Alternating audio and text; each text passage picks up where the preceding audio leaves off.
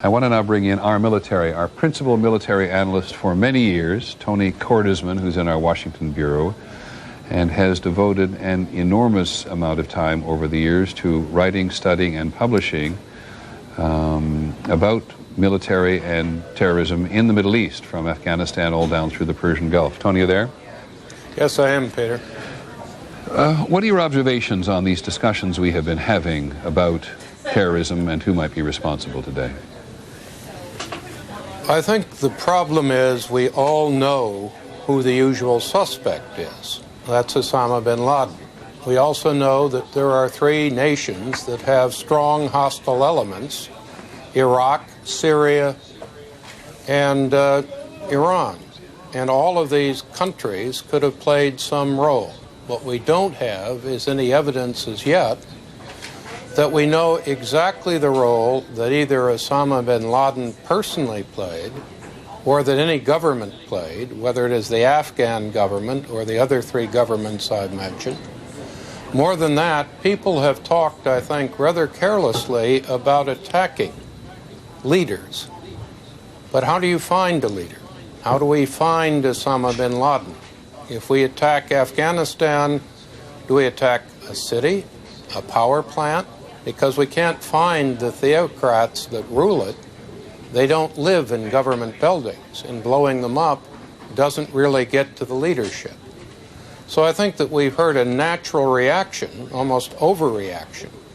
But what we haven't heard is how we are going to this time attack the leaders responsible when we didn't do this in the case of Beirut or Al-Kobar, or for that matter, Pan Am 103.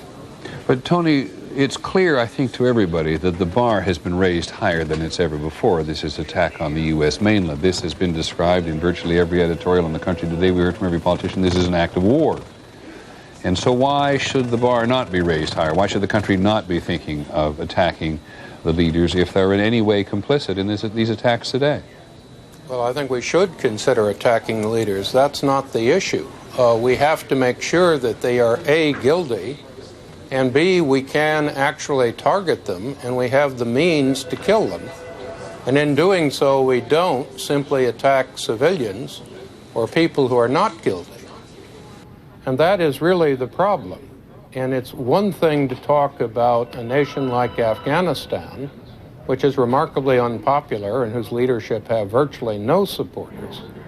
And it is quite another to talk about effectively launching another Gulf war against Iraq, a massive war against Iran, or being caught up in any effort that might involve Syria in the middle of a second intifada when we already face the backlash from the Israeli-Palestinian conflict. Points well taken, Tony. Let me just try to separate a couple of things out before we let you go on this. You're talking on one hand about an issue of morality and how the United States as a democratic nation will behave, and you're at the same time, it seems to me, talking about tactical operation. Let's just talk tactics for a second.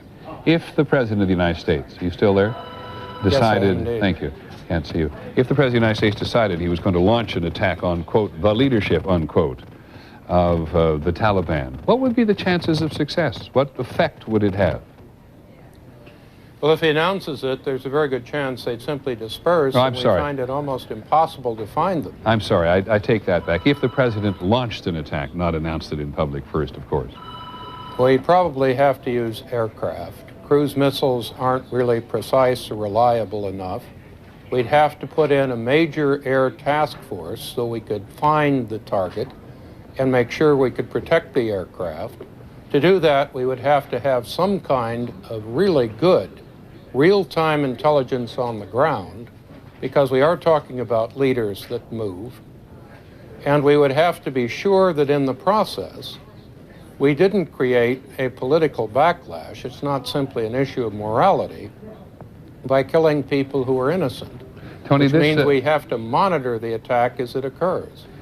Tony, the loss within the last several days of one of Afghanistan's leading anti-Taliban militia leaders, is this an enormous loss to the United States in terms of intelligence inside Afghanistan? He was assassinated and we believe has died, according to the reports out of Afghanistan. Well, it could be, but we don't know as yet whether there is some other leader, and we don't know whether this movement will survive or actually react to this suicide bombing by being stronger. And we just don't know yet, Peter. Okay, and last question for now. The Russians, so to show we have half our mind in the Cold War today, the Russians have offered cooperation with their intelligence services in Afghanistan, according to congressional sources tonight, talking to Linda Douglas. Is that a realistic suggestion? Can the United States and Russia cooperate in a meaningful way on terrorism? I think in some ways we already have been, and oddly enough, we have even talked to the Iranians about terrorism in Afghanistan. There'll be real questions about how good the FIS in Russia really is, but certainly they're going to be very careful. Any information they give us, they're going to have been checking out. They're not going to be embarrassed if they can possibly avoid it. Thank you very much, Tony. I really appreciate it. Tony Cordesman, who's been our longtime military analyst, and I said spends an enormous amount of time producing enormous amount of material for us to absorb on this extraordinarily complicated issue.